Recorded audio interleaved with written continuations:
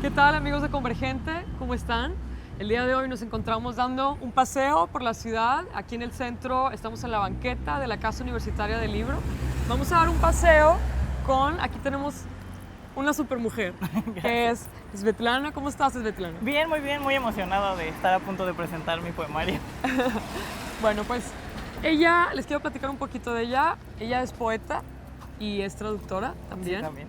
Y primero queremos ella más adelante va a presentar aquí su libro, pero queremos platicar un poquito antes acerca de tu vida, de cómo te inclinaste por la poesía, de cómo es el oficio del poeta, ¿no? Y qué es lo que no es un oficio cualquiera. No, es un oficio un poco peculiar.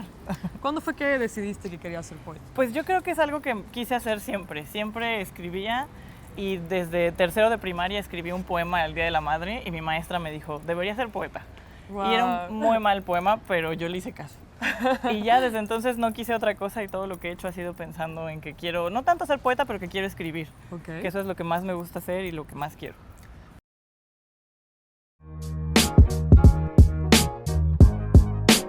Sí, estudié letras inglesas en la UNAM. Okay. Desde que estaba en la secundaria escuché que existía esa carrera y me obsesioné con que esa era la que quería.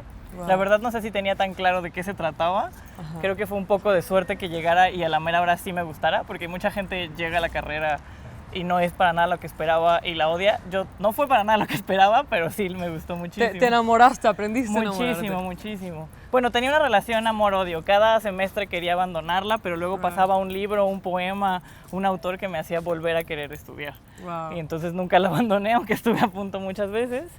Y pues ahí fue como me fui inclinando por la poesía. Yo quería hacer cuento, pero era muy mala haciendo cuento. Okay. Así que de pronto resultó que la poesía era lo que más me gustaba hacer, lo que mejor hacía.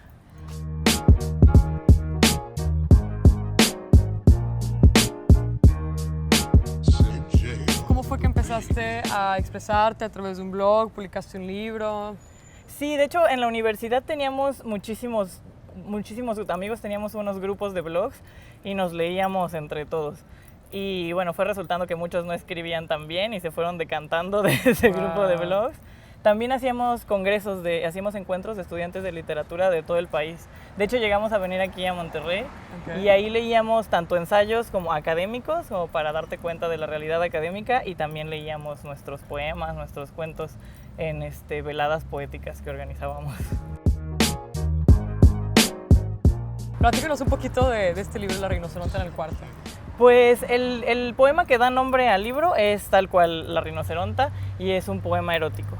Y cuando fui a varios concursos con este poema, nunca gané nada, nunca he ganado un concurso en mi vida, pero a la gente, el público le gustaba mucho. Hacíamos este evento en el Zócalo y se acercaba un montón de gente al concurso y yo leía mi poema y la gente me empezó a ubicar como La rinoceronta, ¿no? Y me gritaban, ¡rinoceronta! Y por eso se quedó ya como título del libro, para que este público que me empezaba a ubicar y a querer como poeta, pues me ubicara como la autora del libro. Y es un libro un poco erótico, un poco angustioso, un poco habla de la locura también. Okay. Y ya, es un libro muy chiquito, pero que cada poema me gusta mucho, eso me parece muy importante. Ahorita que dijiste todos esos sentimientos, aunque el libro se llama La rinoceronta, que no se evoca un animal, son sentimientos completamente humanos todos esos. Sí, bueno, aunque escogí la imagen de la rinoceronta, yo creo que un poco es por una cosa aspiracionista.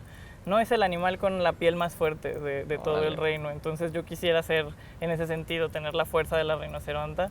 Por ejemplo, para aceptar cuando venga la crítica de mi libro voy a necesitar una piel dura como la de la rinoceronta. Yo creo que fue un poco una identificación, pero también una aspiración a ser como este animal tan majestuoso. Ya, leí hace poquito de ti que decías que lo que hacía la poesía no era precisamente el arco iris o el primer amor en la vida, que la poesía lo que retrataba era la belleza misma de las palabras, del lenguaje.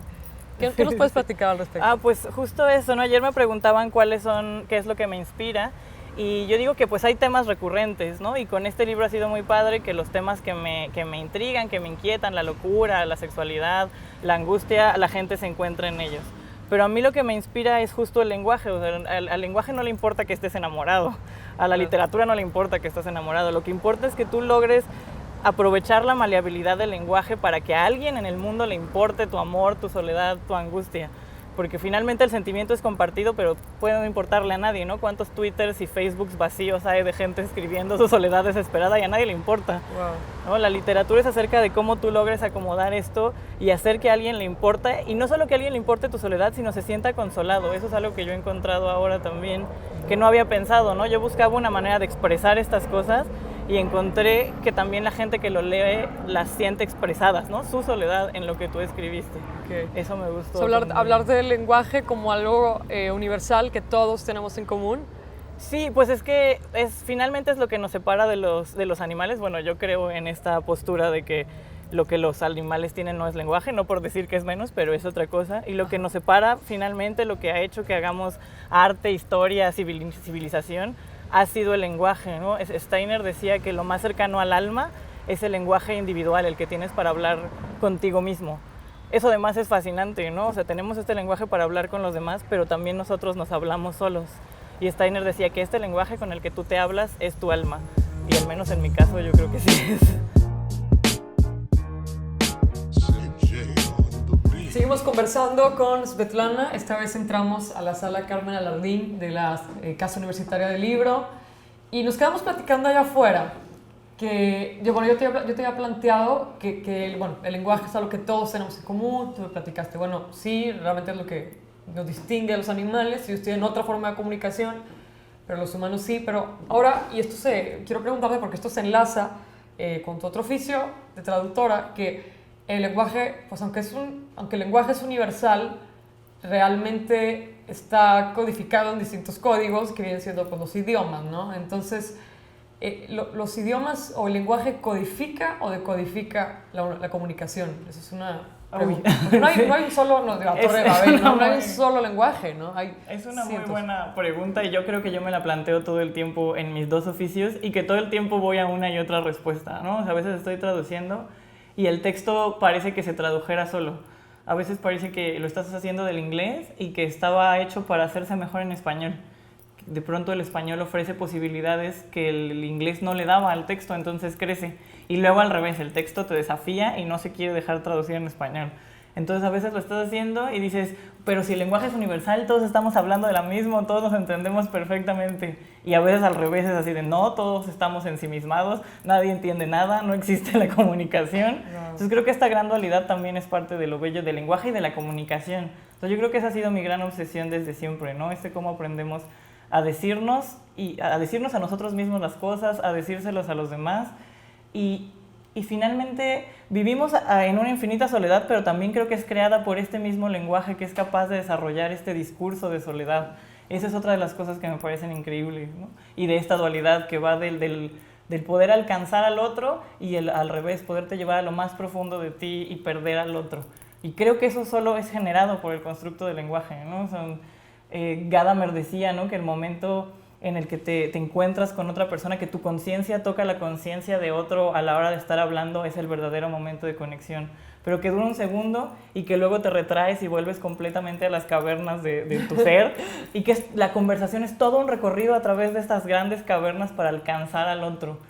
Bueno, y es que aunque las dos podamos hablar, por ejemplo, el mismo idioma, y pensamos que estamos teniendo el mismo entendimiento. Cada quien tiene un pequeño lenguaje o sistema de referencias en su cabeza que a lo mejor tú puedes decir algo con cierta intención, pero en mi cabeza, en base a ciertas referencias mentales, históricas que tengo, puedo interpretarlo de otra, ¿no? Sí, justo Gadamer, quien mencionaba, es uno de los teóricos de la recepción, que es una teoría de lectura que se planteó, que no se desarrolló muchísimo.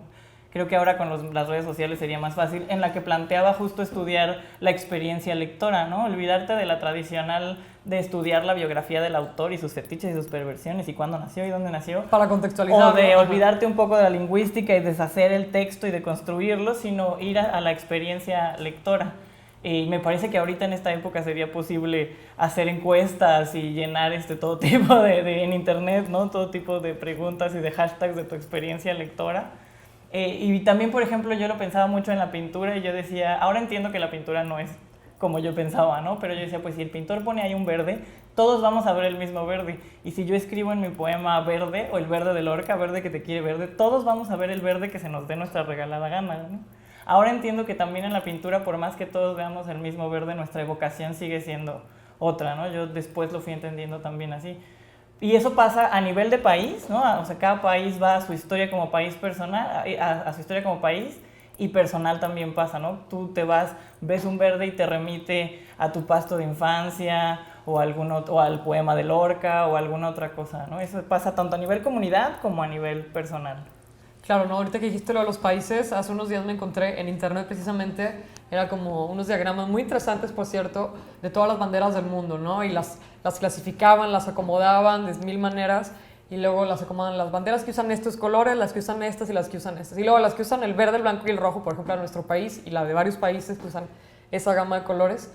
Y bueno, ahora, ¿qué significa? Dice, bueno, es que en la bandera mexicana, el rojo significa la sangre derramada, las guerras, bla, bla, bla, bla, bla, pero en otro país significa el rojo de la pasión, no, entonces, y es exactamente el mismo tono de rojo. Sí. Pero entonces acá hay una referencia histórica de en qué momento se planteó nuestra bandera, por qué se le dio ese color, en aquel país debe haber otra referencia histórica. Y es muy curioso también porque traducir sobre colores es una cosa espantosa, porque los colores no se llaman lo mismo o no siempre tienen los mismos tonos de colores en el Pantone Nacional, digamos, ¿no? Entonces hace poco traduje un texto sobre artesanías mexicanas y había una artesanía que era color verde bandera. Y pues a mí me era muy claro, era color verde bandera de México. Pero yo como le pongo a mi turista gringo que viene a comprar artesanías mexicanas que esto es color verde bandera. Su bandera no tiene verde y ellos no creo que su primer referente sea la bandera mexicana.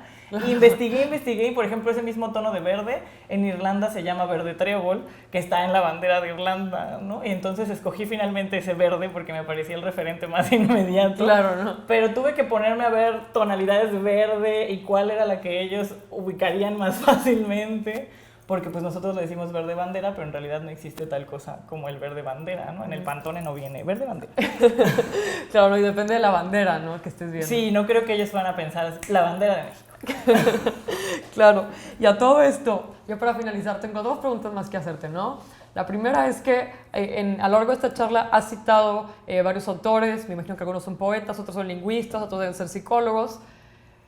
¿Cuál es tu poeta favorito? ¿Cuál es tu escritor favorito? Bueno, esos son varios, pero tendría que decir que Oscar Wilde, porque Oscar Wilde fue la razón por la que hice todo. O sea, Oscar Wilde lo leí, ya me gustaba leer, ya tenía esta idea de ser escritora, pero en la secundaria me dieron a leer El retrato de Dorian Gray y las frases que tenía me parecían de una brillantez y de una perfección y además dije, wow, no estoy sola en el mundo. Ya sé que es muy pretencioso decir que pienso igual que Oscar Wilde, pero eso fue así de, wow, alguien me comprende en el universo. Entonces Wilde es el primer gran autor de mi vida. Por él estudié literatura inglesa, ¿no? O sea, cuando había las opciones de que si hispánica, que si dramática, que si clásica, yo dije, pues a mí me gusta Wilde y Poe, así que inglés.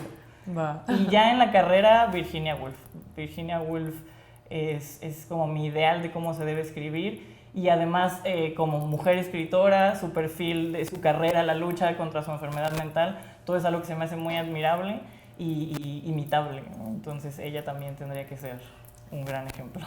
Wow, estas eran dos preguntas, pues se van a convertir en tres, o sea, otras dos más. ¿En qué idioma sueñas? Ay, en un montón. Bueno, no en un montón, ¿no? He estudiado inglés y español, los he hablado toda mi vida y he estudiado un poco de francés y acabo de ir a vivir a Rusia 6 meses. Wow. Y en Rusia soñaba en los 4 idiomas y era una locura.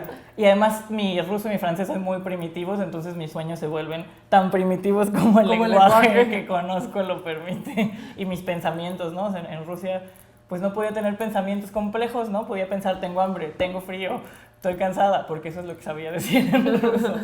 Y mis sueños también estaban un poco limitados por eso. Al lenguaje. Y me despertaba a veces porque no entendía mi propio sueño. Bueno, pues eso fue todo, al menos por esta entrevista. Svetlana, ¿dónde puede la gente encontrar tu libro? ¿Dónde puedes seguir tu trabajo? Pues estoy en Twitter como Svetlana Garza y en Facebook. Okay. Ahorita todavía no estoy en librerías porque estoy recién salidita de imprenta. Okay. Pero en la página de Letras Líquidas o de Editorial Lenguaraz o en el Facebook que yo les acabo de decir, ahí vamos a estar avisando en cuanto esté en librerías. Yo espero que también se quede aquí en la Casa del Libro. Estamos platicando de esas cosas también y bueno, yo les iré avisando y publicando. Bueno, pues muchísimas gracias, nos encantó conocerte. Y ustedes, amigos, no le cambien, sigan viendo Convergente.